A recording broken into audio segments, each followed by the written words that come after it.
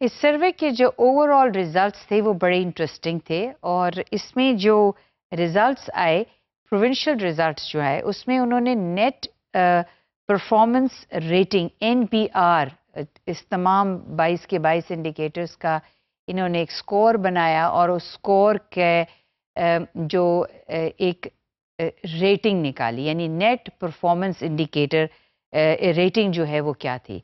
तो इसमें जो पंजाब की नेट परफॉर्मेंस रेटिंग आई वो सबसे ज़्यादा थी, यानी +33 थी और 65% लोगों ने इस चीज़ का इजहार किया कि वो जो गवर्नमेंट है it's as rated as good to very good.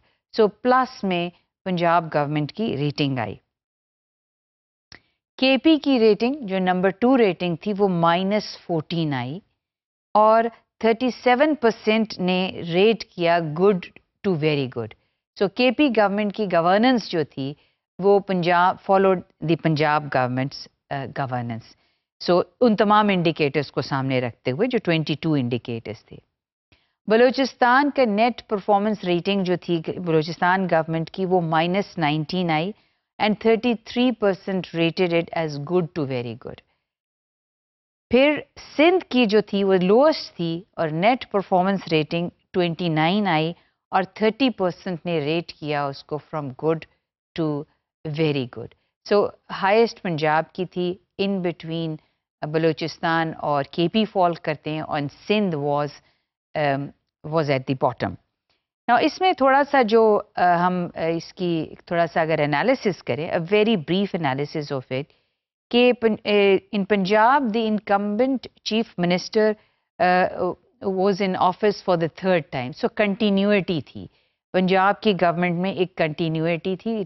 He was for the 3rd time, 2nd time, altogether 3 times, but consecutively 2 times. So the chief minister was not the governor, but of course the chief minister.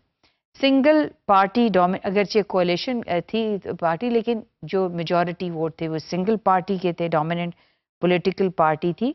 और जो interesting चीज़ है, जो management style है Punjab government का, वो centralised और micro management style है.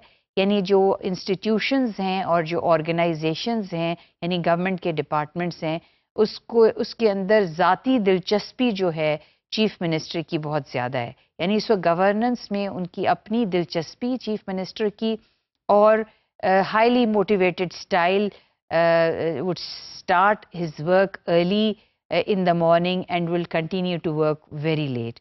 So authoritative, hardworking and micromanagement style.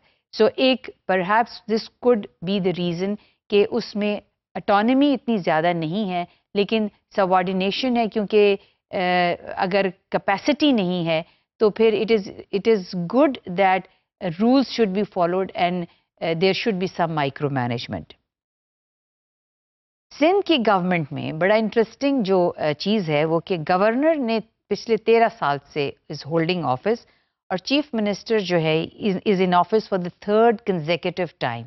So continuity है, लेकिन अगर कंपेयर किया जाए इस कंटिन्यूटी का, तो इसमें कंटिन्यूटी पंजाब में भी है, कंटिन्यूटी सिंध में भी है, लेकिन गवर्नेंस जो है वो बेहतर नहीं है. कोalition है पॉलिटिकल पार्टीज की, गिव एंड टेक है, to stay in power, accommodative जो है स्टाइल है, स्टाइल ऑफ मैनेजमेंट बड़ा अकोमोडेटिव है. One would sacrifice certain standards और maybe certain rules and would be lenient on certain things where one should not be lenient, would be soft on certain things where one should not be soft. So patron client relationship situation है, एक बड़ी ही soft government है. It's not a hard government. It's a soft government which becomes at times unmanageable and leads to a poor governance result.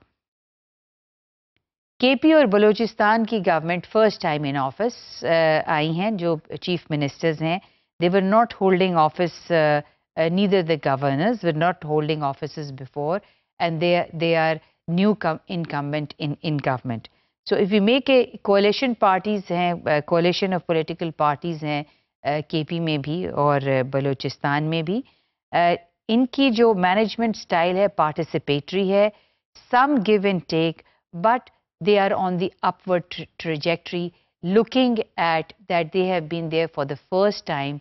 If you look at their present trends on different governance indicators, they are on the upward trajectory.